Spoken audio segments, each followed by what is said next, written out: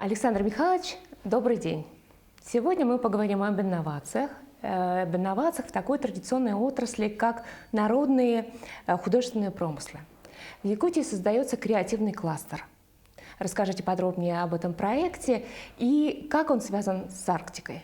В Якутии есть такое прекрасное предприятие, я на нем уже много раз бывал. Это концерн «Сахабулт». Когда первый раз я на нем был, это было 2 года назад, это просто восхищение у меня вызвало, да, то, что там делают на этом предприятии. И вот один из важнейших подходов для развития, с одной стороны, он, в общем-то, для мировой экономики традиционный, для России, для Якутии он совершенно новый.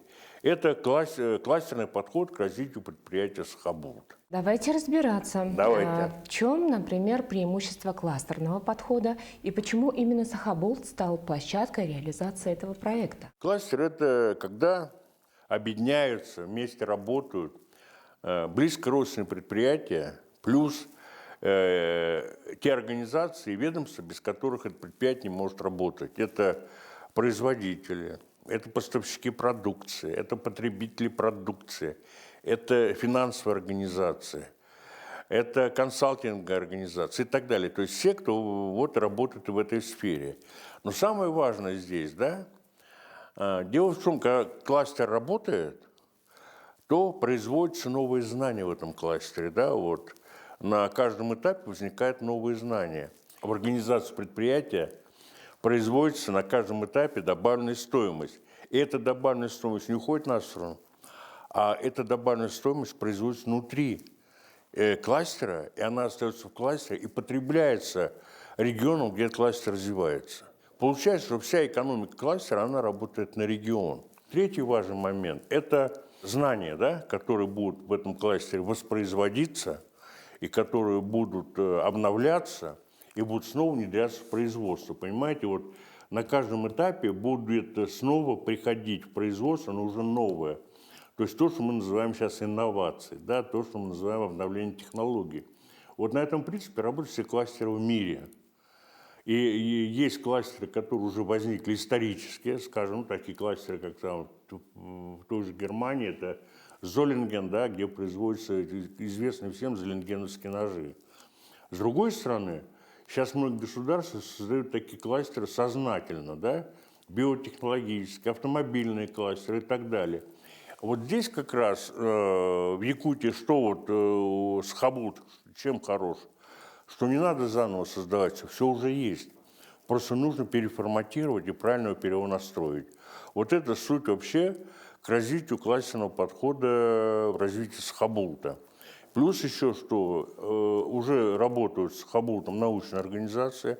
И вот самый простой пример, уже есть предложение, вот вы знаете, да, одно из направлений действий Сахабулта – это добыча пушного зверя, из которого потом используется мех, но уже есть предложение от от НИИ для переработки вот этой продукции, то есть которая биологическая, да, биологически активные вещества. То есть, вот, скажем, насколько я помню, желчь соболя можно использовать там в лечении, ну и так далее. Вот, так будет работать этот кластер.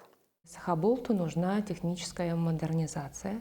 Это позволит, такая определенная цепочка предприятий, да, позволит сделать скачок. А при чем тут вот наши ремесленники, охотники, мастера? Вопрос в том, да, что важно, что сейчас, чтобы деятельность компании, деятельность предприятия не только не наносила вреда окружающей природе, но еще и создавала отличные, хорошие условия для жизни тех людей, которые в этой компании работают, и для тех людей, которые живут на территории деятельности компании. И вот это очень важные факторы. И вот это, они так и называются, ESG-факторы, которые сейчас везде учитываются, и в том числе и в нашей стране. Если у компании нет ESG-стратегии, то ее товар никто не будет покупать на мировом рынке. Вот надо это четко, да, понимать. Это, может быть, сегодня продается, завтра, но послезавтра уже товар никто покупать не будет. И вот как раз у Сахабулта есть все возможности с учетом разработки и создания его, и затем реализации кластерной стратегии развития Сахабулта и разработать еще и реализовывать ESG-стратегию. В чем ее смысл? И как вот коснется, вот мы с вами говорим про охотников. Берем фактор, сначала возьмем фактор Е, экология, да? Смотрите, что очень важно. То есть компания не должна нарушать экологию той территории, на которой она находится. Как Сахабулт будет обращаться с отходами производства? Ведь как у любой организации, у него есть отходы, соответственно, должен показать, как они перерабатываются, как они утилизируются и так далее. Это тоже. Третий очень важный момент с экологией, что а как на территориях тех Якутии, где эти охотники будут охотиться, а что там происходит с экологией, когда они охотятся? Какие последствия? И здесь надо опять, да, вот Сахабулту показать, что вообще там ведется большая работа, что таких повреждений не было экологических. Вот это то, что касается буквы Е. Второй фактор. Давайте поговорим про букву С, социальная сфера. И вот тут у Сахабулта может быть очень большое преимущество. В чем оно будет заключаться? Вот смотрите, понятно, социальная сфера – это зарплата рабочих, да, условия труда рабочих на самом Сахабулте. Все это будет меняться, повышаться, делаться там лучше. Но у Сахабулта есть территории, на которых происходит добыча меха, да, этого, да, охота. То есть это территории, где живут местные сообщества. И вот тут очень важно будет Сахабулту показать, как такая социальная политика Сахабулта на этих территориях реализуется. Насколько лучше стали жить охотники, какую пользу это им приносит, да?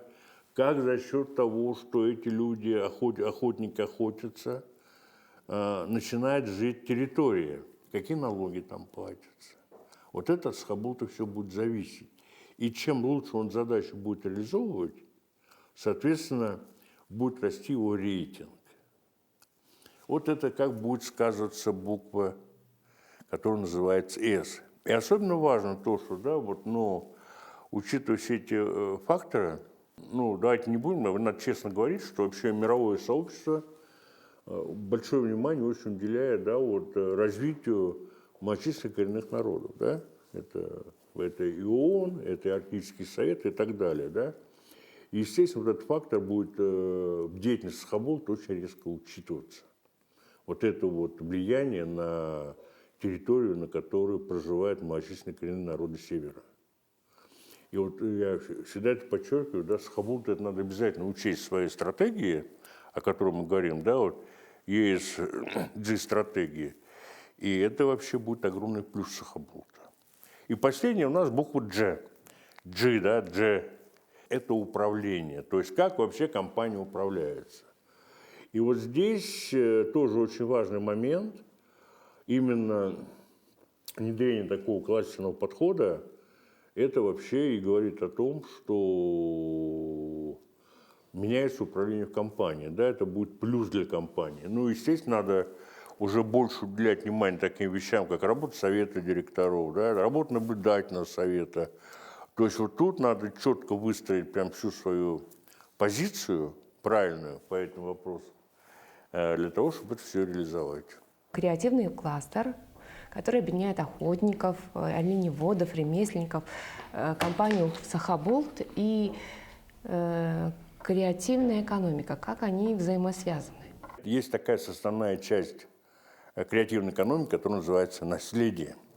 Вот туда и относятся как раз народно-художественные промыслы и ремесленничество. Когда возникает такой кластер, где есть образование, производство, туризм, а вот у нас как раз яркий пример Сахабулт, да, и туризмом придется заняться обязательно, да, потому что, в общем-то, с точки зрения промышленного туризма Сахабулт уникальный объект, да, то есть туристы приезжают, смотрят, могут смотреть, что и как производится, могут посещать те объекты, где происходит охота, смотреть то, что происходит там, да, то есть природа, охота в этих диких условиях. Очень многих этих людей это заинтересует, совершенно очевидно. То есть по-любому придется Хабулту заниматься туризмом, для этого он и кластер. Соответственно, опять нужно и людей готовить, которые этим будут заниматься, образование. Но вот это дает возможность такой вот триединства, образование, туризм и народных художественных промысла, при использовании для народных художественных промысла государственно-частного партнерства. Это вот тогда четко попадает под закон, и государственно-частный партнер здесь можно будет использовать. Вот для чего вообще нужен креативный кластер. Будет ли пора оказывать какую-то помощь? Обязательно. То есть вот здесь, да, пора, во-первых, будет оказывать, естественно, консультационную помощь. Более того, значит, пора окажет и, скажем так, сделать все, чтобы привлечь для разработки вот этих документов, скажем так, оптимальных по стоимости консультантов и, естественно, которые обладают наибольшими компетенциями в этой сфере. Якутия сейчас становится, на мой взгляд, примером для других арктических регионов. Она разработала свою стратегию развития арктической зоны. Совсем недавно вышел указ главы республики о стратегии научно-технологического развития республики Саха-Якутия. Я считаю, что вот это очень важные моменты, да, то есть и вот как раз показатель нашего сегодняшнего диалога, то, что вот Сахабулт переходит на такие современные инновационные технологии, которые, в общем-то, в мире еще не у всех они есть, да, это как раз показатель того, что стратегия научно-технологического развития Якутии уже реализуется. Я хочу вам пожелать всем, чтобы Якутия добилась еще больших успехов как в своем развитии, так и в развитии своей арктической зоны. И вся страна, мне хотелось бы, с восхищением смотрела, как развивается якутская Арктика. Александр Михайлович, большое спасибо за интервью. И вам спасибо.